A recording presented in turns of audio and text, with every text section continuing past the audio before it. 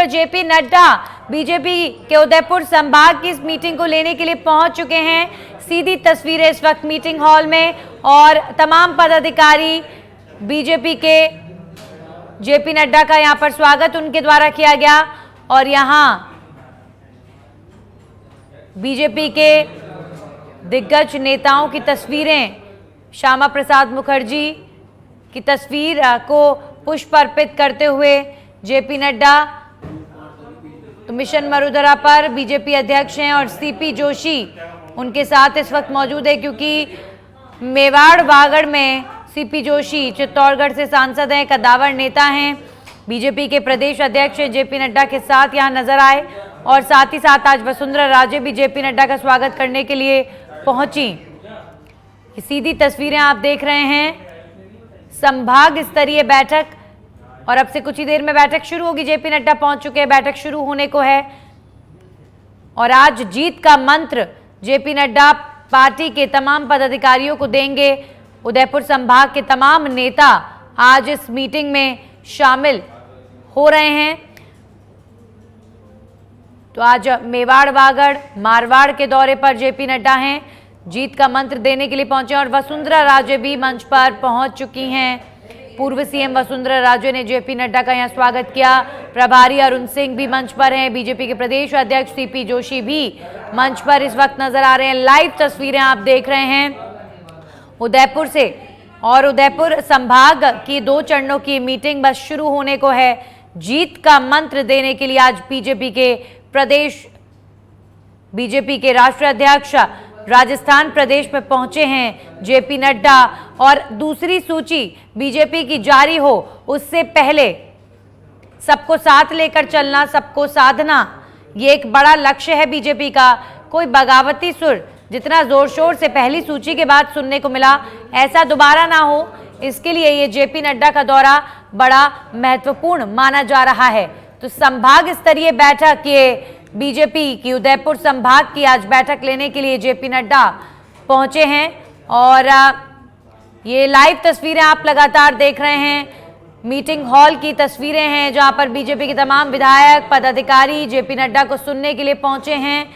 और मेवाड़ वागड़ की बात करें, जो 2018 में सियासी समीकरण देखने को मिला, बीजेपी ने यहां पर बढ़त बनाई थी, 15 सीटों पर बीजेपी काबिज हुई थी, जबकि कांग्रेस 10 सीटों पर ही सिमट कर रह गई थी। तो बीजेपी अपने इस 2018 की जीत को और ज्यादा बड़ा रूप देना चाहती है, यानी 2023 के इस रण में मेवाड़ वागड़ बड़ी भूमिका अदा करेगा। बीजेपी को राजस्थान में अपनी सत्ता काबिज करने के लिए बीजेपी ऐसा मानकर चल रही है, लेकिन मेवाड़ वागड़ पर फोकस सिर्फ बीजेपी का ही नहीं बल्कि सीएम अशोक गहलोत का भी लगातार नजर आया। आपने इस पूरे 1 साल में देखा, कई बार मुख्यमंत्री अशोक गहलोत मानगढ़ धाम से लेकर उदयपुर संभाग के दौरे पर रहे। तो मेवाड़ वागड़ पर नजरें कांग्रेस बीजेपी सभी की बनी हुई हैं और अभी फिलहाल इंतजार बीजेपी की दूसरी सूची का भी हो रहा है कि जो दूसरी सूची होगी वो कितना बड़ा सरप्राइज लेकर आएगी बीजेपी के तमाम नेताओं के लिए। टिकट रिपीट होंगे या फिर टिकट कटेंगे, नए चेहरों को उतारा जाएगा या फिर और भी कोई एक्सपेरिमेंट बीजेपी क्या मेवाड़ वागड़ में करेगी, या फिर मेवाड़ वागड़ में सबसे आसान होगा बीजेपी के लिए टिकट वितरित करना, क्योंकि चेहरे रिपीट भी हो सकते हैं, क्योंकि 15 चेहरे ऐसे जो यहां से जीते थे। हमारे सहयोगी धीरज रावल फोन लाइन पर हमारे साथ जुड़ गए हैं। धीरज, सीधी तस्वीरें देखी इस मीटिंग की, जेपी नड्डा पहुंच चुके हैं, मंच पर वसुंधरा राजे, अरुण सिंह और अब जीत का मंत्र ये तमाम नेता बीजेपी के पदाधिकारियों को देंगे। क्या लगता है किस तरह का मंत्र आज जेपी नड्डा देने वाले हैं? बिल्कुल, राष्ट्रीय अध्यक्ष जेपी नड्डा जो है वो यहाँ पर मंच के ऊपर पहुंच चुके हैं। आपने लाइव तस्वीरें देखी होगी किस तरह से जेपी नड्डा जो है उस बैठक के अंदर मौजूद है। वहीं पूर्व मुख्यमंत्री वसुंधरा राजे जो है वो यहाँ पर पहुंची है, मंच के ऊपर उनको जगह दी गई है। वहीं राजस्थान के प्रदेश अध्यक्ष सीपी जोशी ने मंच यहाँ पर जो है वो साझा किया है। तो कुछ ही देर के अंदर जो है वो मेवाड़ और वागड़ की तमाम 28 सीटों को मनन और मंथन करने के साथ में किस प्रकार से जीत दिलाई जाए उसको लेकर के जो मंथन है वो यहाँ पर किया जाएगा। वहीं राष्ट्रीय अध्यक्ष जो है वो किस प्रकार की यहाँ पर भूमिका के अंदर देखते हैं कि अगर बात की जाए तो मेवाड़ और वागड़ के अंदर पहली की पिछली बार की बात की जाए तो 28 सीटों के अंदर से 15 सीटें जो थी वो यहाँ पर भाजपा को मिली थी, वहीं 10 सीटें जो थी वो यहाँ पर कांग्रेस को मिली थी। 2 सीटें जो है वो बीजेपी के खाते में गई थी। वहीं एक भाजपा से रम्या खड़िया जो है वो यहाँ पर निर्दलीय चुनाव जीतकर उसने कांग्रेस को समर्थन दिया था। तो आगामी चुनाव के अंदर से किस प्रकार से 28 सीटों को यहाँ पर जो साधने का प्रयास जो है वो यहाँ पर जेपी नड्डा करेंगे। अगर बात की जाए मेवाड़ और वागड़ की, तो मेवाड़ और वागड़ के अंदर कि आसाम के राज्यपाल बनाए जाने के बाद कहीं न कहीं भाजपा जो है वो यहाँ पर कमजोर साबित होती नजर आ रही थी कि किस तरह से इतना वरिष्ठ नेता जो है उनको आसाम के राज्यपाल बना दिया गया था।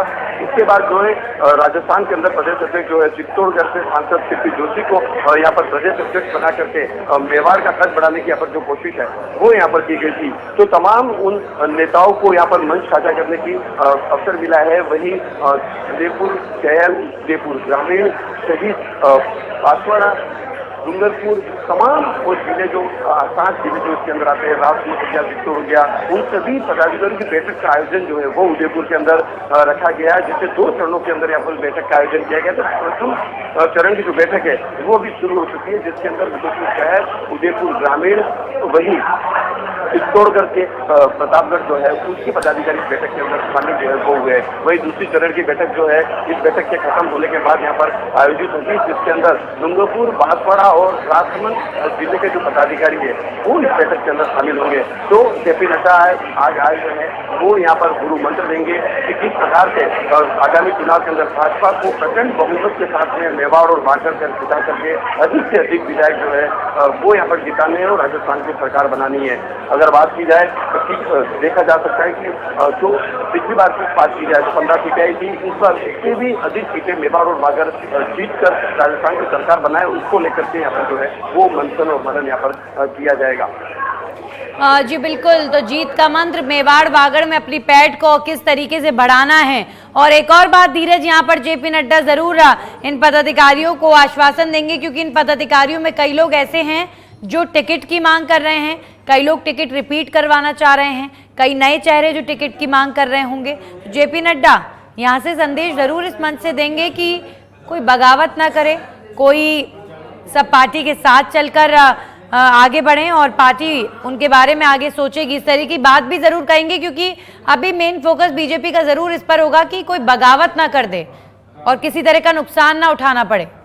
धीरज, अगर साफ बात की जाए तो 41 सीटों में अगर स्वतंत्र जो सीटें हैं, स्वतंत्र सीटें सारी बिल्कुल 41 सीटों के 7 सांसदों को यहाँ पर चुनाव मैदान में करा गया था।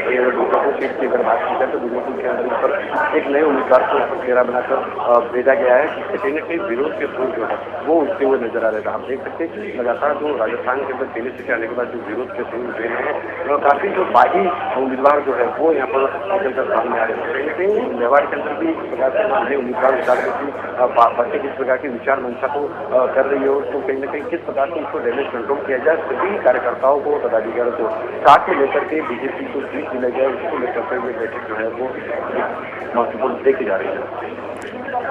जी चलिए, शुक्रिया धीरज आपकी तमाम जानकारियों के लिए। तो इस वक्त जेपी नड्डा पहुंच चुके हैं मीटिंग हॉल में और बीजेपी के पदाधिकारियों के साथ ये मीटिंग चल रही है। पार्टी नेताओं के साथ 2 चरणों में उदयपुर संभाग की मीटिंग चलेगी। लगातार आपने तस्वीरों में देखा, दूसरे चरण में बांसवाड़ा, डूंगरपुर और राजसमंद के पदाधिकारियों के साथ बैठक होगी। वहीं पहले चरण की मीटिंग शुरू हो चुकी है, जिसमें उदयपुर शहर, उदयपुर देहात, प्रतापगढ़ के जो पदाधिकारी हैं, विधायक हैं, वो इस बैठक के लिए पहुंचे हैं। तो जेपी नड्डा पहुंच चुके हैं और ये बैठक जो है वो शुरू हो चुकी है। 2 चरणों की ये बैठक, आज उदयपुर दौरे पर हैं जेपी नड्डा।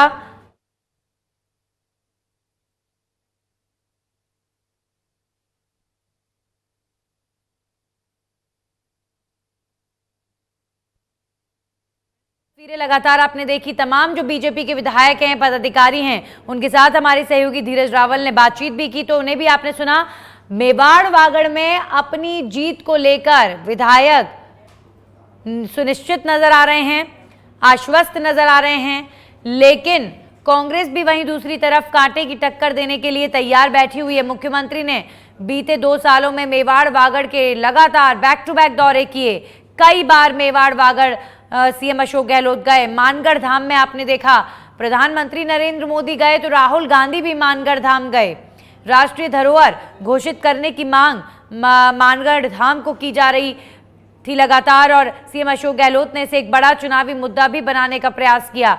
तो अब उदयपुर संभाग पर, मेवाड़ वागड़ पर सभी की निगाहें जो है वो टिकी हुई हैं, क्योंकि ये चाहे इसे मिथक बोलें, चाहे इसे एक सच्ची लाइन बोलें कि मेवाड़ वागड़ जिसने जीता उसने मानिए कि राजस्थान का रण जीत लिया, क्योंकि बड़ा संभाग है, कई सीटें हैं और जिनकी पैठ इन सीटों पर रही वो सरकार बनाने में कामयाब होते हुए कई बार साबित हुए हैं। तो इसीलिए ये कहा जाता है कि मेवाड़ वागड़ पर अगर जीत दर्ज कर ली, पैठ बना ली, तो राजस्थान का रण आप आसानी से जीत लेंगे।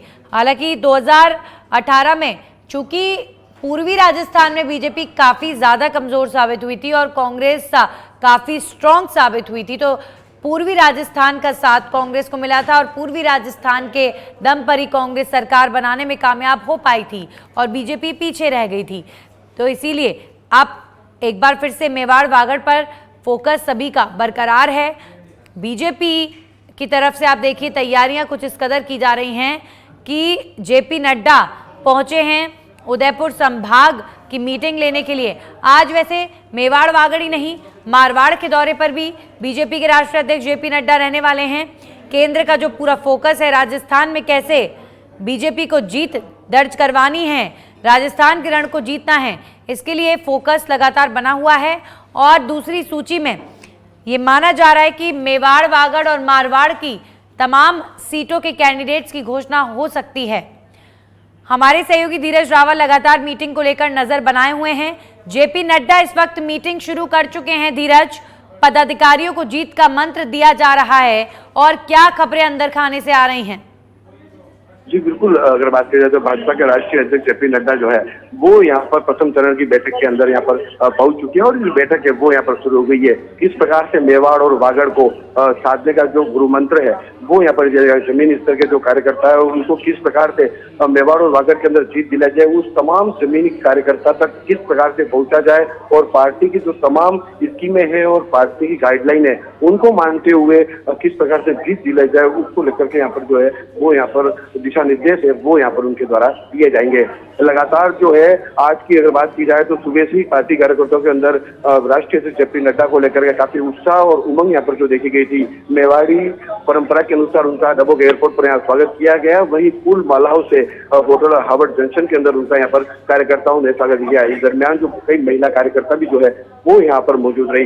तो अभी फिलहाल तो इस बैठक को लेकर के अंदर जो बैठक चल रही है उसको लेकर के तमाम जो प्रयास है वो लगाए जा रहे थे। जेपी नड्डा किस प्रकार से बीजेपी के कार्यकर्ताओं पदाधिकारी को गुरु मंत्र देंगे और आगामी विधानसभा चुनाव के अंदर 28 सीटों को अधिक से अधिक किस प्रकार से जीत करके राजस्थान में भाजपा की सरकार बनाई जाए, उसको लेकर के यहाँ पर गुरु मंत्र देने का कार्य जो है वो इस बैठक के अंदर रखा गया है। चलिए, शुक्रिया धीरज आपका तमाम जानकारियों के लिए। तो गुरु मंत्र दिया जा रहा है इस वक्त।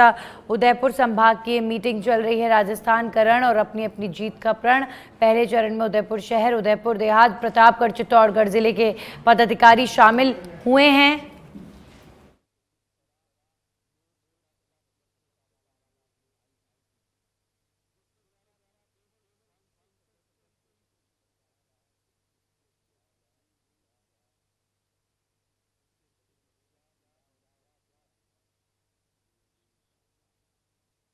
जिले के पदाधिकारी पहुंचे हैं और ये मीटिंग चल रही है इस वक्त। दूसरे चरण में बांसवाड़ा, डूंगरपुर और राजसमंद के पदाधिकारी की बैठक होगी।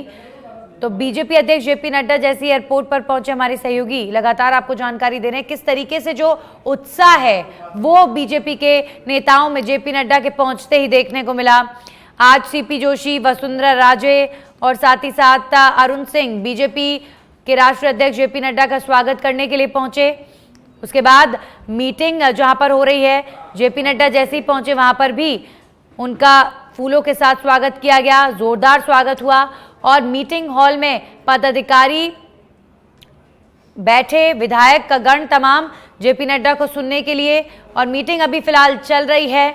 और मीटिंग में जीत का मंत्र, सबको साथ लेकर चलना, सबको साधना और एकजुटता, कोई बगावती सुर न दिखाए, इस तरह के दिशा निर्देश जरूर जेपी नड्डा देंगे।